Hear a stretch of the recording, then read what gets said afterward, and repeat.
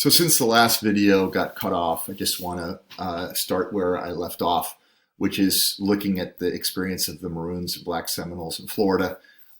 It's interesting that this not only was an alliance of the Native American Seminole tribe, but also an embrace of Black and Native American culture and an intermixing of them. And the Seminoles fight two extremely vicious wars against the U.S. In the 1820s and again in the 1830s. So there's going to be this deep history of resistance from within the institution of slavery and outside of it. One of the things that Andrew Jackson becomes famous for as an Indian fighter is going into Prospect Bluff and fighting against the Indians and the African Americans down there, and he feels that he has to completely wipe them out because they're such a threat to the institution of slavery and also to the United States more broadly speaking, which speaks to how deeply connected the identity of the U.S. was to the institution of slavery. And it's one of the reasons why Andrew Jackson later becomes president of the United States, because of this action against the Black Seminoles. Now, one of the things, if you did the reading for homework, that you read about was this idea of how African American women specifically hold the community together.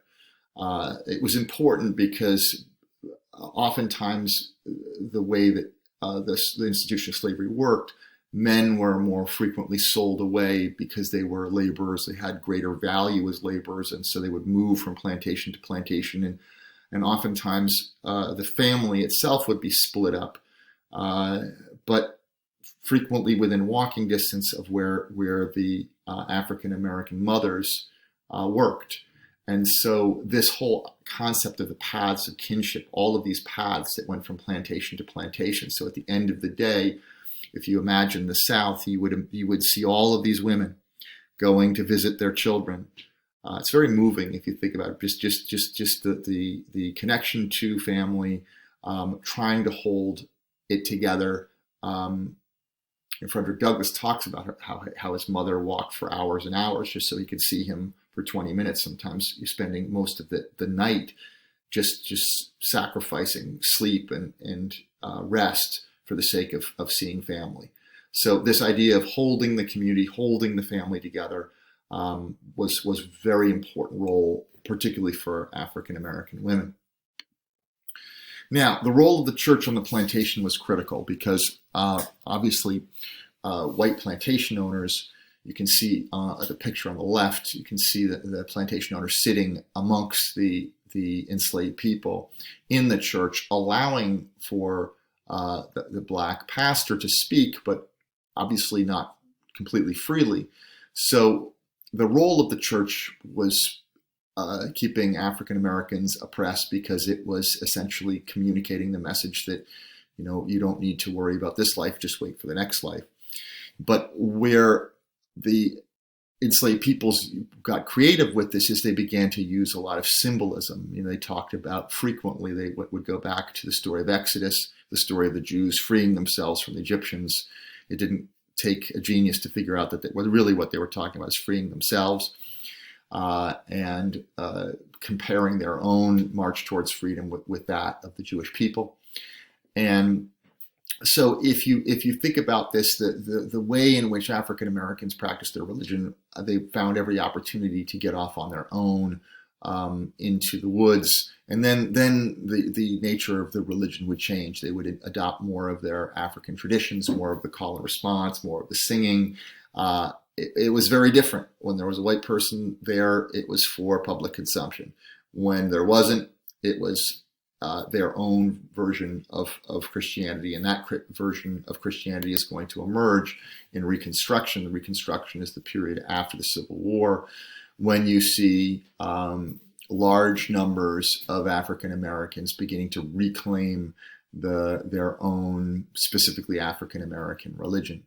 And so if you look at the educational movements post-Civil War and you look at the political movements and the organization, this came out of the church. So when the civil rights movement comes along, obviously Dr. King is using the church in Montgomery to structure the Montgomery bus boycott. If you think about the entire civil rights movement of the 50s, it was a church-based movement. So the importance of the church as an organizing foundation is going to be extremely important and a critical foundation of African American identity. Now, if you look within the church, obviously the role of dress was critical because enslaved people didn't have very nice dress. The whole concept of the Sunday best was to have something that you would wear that would really allow you to fully express yourself. So if you look at the traditions of wearing colorful hats and colorful dress or outfits, this was part of a way to, in a way, to oppose the dehumanization of the institution of slavery. And this still exists in the African American church. This idea of dressing up, symbols of class success, economic success, individual independence. Very important part of the opposition to the dehumanization of slavery and the dehumanization of Jim Crow. Now, we talked in the last, or I talked in the last video about the way in which work songs were used to resist the institution. So if you listen to this, I'm not sure this is going to work. I'm not going to move this frame, but if you listen to this, I'll be so glad when the sun goes down. Listen to the rhythm. I'll be so glad when the sun goes down. When the sun goes down.